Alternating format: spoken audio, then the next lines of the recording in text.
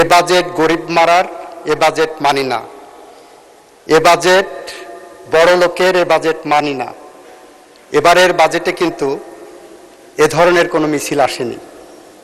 এবারের বাজেট গরিব রক্ষা করার বাজেট ছিল। মাননীয় স্পিকার, আপনাকে ধন্যবাদ।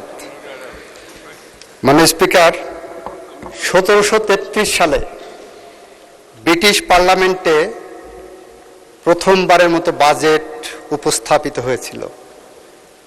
সেইটার ধারাবাহিকতায় 1860 সালে এই উপমহাদেশে ইস্ট ইন্ডিয়া কোম্পানির জেমস উইলসন বাজেট উত্থাপন করেছিলেন। তার অনুসরণে বাংলাদেশের পার্লামেন্টে 1972 সালের 30 জুন মাত্র 786 কোটি টাকার বাজেট উপস্থাপিত হয়েছিল।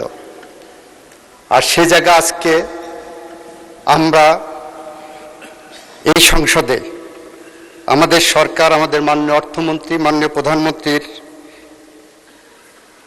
তত্ত্বাবধানে 9,38,000 কোটি টাকার বাজেট উপস্থাপন করেছেন। সঙ্গত কারণেই, যেহেতু ক্যাবিনেট অ্যাপ্রুভ করে পার্লামেন্টে এটা এসেছে, আমি ক্যাবিনেটের সদস্য হিসেবে এই বাজেটের পক্ষে কথা বলবো। মাননীয় স্পিকার, আমরা যখন ছাত্র ছিলাম, ঢাকা বিশ্ববিদ্যালয় ক্যাম্পাসে যেদিন বাজেট উত্থাপিত হতো, মিছিল বের হতো, এ বাজেট গরিব মারার, এ বাজেট মানি না। এ বাজেট বড় লোকের, এ বাজেট মানি না। এবারের বাজেটে কিন্তু এ ধরনের কোনো মিছিল আসেনি। এবারের বাজেট গরিব রক্ষা করার বাজেট ছিল। এবারের বাজেট মধ্যবিত্তের বাজেট। এবারের বাজেট প্রান্তিক জনগোষ্ঠীর বাজেট।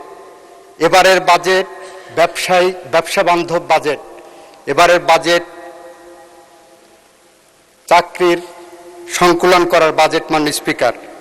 আর সে কারণেই এই বাজেটকে লক্ষ্য করে এবার বাজেটের সম্পর্কে সবচেয়ে বেশি যারা সমালোচনা করেন সিপিডির পক্ষ থেকে ডক্টর দেবপ্রিয় ভট্টাচার্য বলেছেন, অনেক চিন্তাশীল বাজেট। এটা আমাদের গর্বের বাজেট, আমাদের চিন্তার ফসল। এই চিন্তা একদিনের চিন্তা না, মাননীয় স্পিকার। এই চিন্তা বিগত প্রায় 1.5 দশক ধরে আমাদের মাননীয় প্রধানমন্ত্রী, আমাদের ভ্যানগার্ড, আমাদের প্রধান সেনাপতি যখন এক্সাইলে ছিলেন, যার প্রতিটি মুহূর্ত যখন বাংলাদেশকে নিয়ে চিন্তা করা হয়েছে, সেই চিন্তার ফসল ছিল এই বাজেট। যে চিন্তার ফসল হিসাবে উনি বাংলাদেশের মাটিতে আসার পরে বলেছিলেন, আই হ্যাভ এ প্ল্যান। এবং তার সেই আই হ্যাভ এ প্ল্যানের সুচিন্তিত রূপায়ণ হলো এবারের বাজেট, 9,38,000 কোটি টাকার বাজেট। মাননীয় স্পিকার, এই বাজেটকে কেন্দ্র করে অনেকেই বলার চেষ্টা করেছেন স্বপ্নবিলাসী বাজেট, উচ্চাভিলাষী বাজেট। ইয়েস মাই লর্ড, ইয়েস মাননীয় স্পিকার, এটা স্বপ্নবিলাসী এবং উচ্চাভিলাষী বাজেট। যে মানুষ স্বপ্ন দেখতে পারে না, সে বাংলাদেশের সামনের দিকে এগোতে পারবে না। যারা স্বপ্ন দেখতে পারবে না, তারা বাংলাদেশকে এগিয়ে নিতে পারবে না। যার উচ্চাভিলাষ নাই, সে কখনো আকাশের দিকে উঠতে পারবে না। আমরা সেই কারণেই এই বাজেটকে একটি স্বপ্নবিলাসী বাজেট, উচ্চাভিলাষী বাজেট হিসাবে যারা সমালোচনা করছেন তাদেরকে বলছি, আমাদের উচ্চাভিলাষ আছে এই বাজেটকে এগিয়ে নিয়ে বাংলাদেশকে একটি স্বনির্ভর বাংলাদেশ হিসাবে গড়ে তুলতে চাই।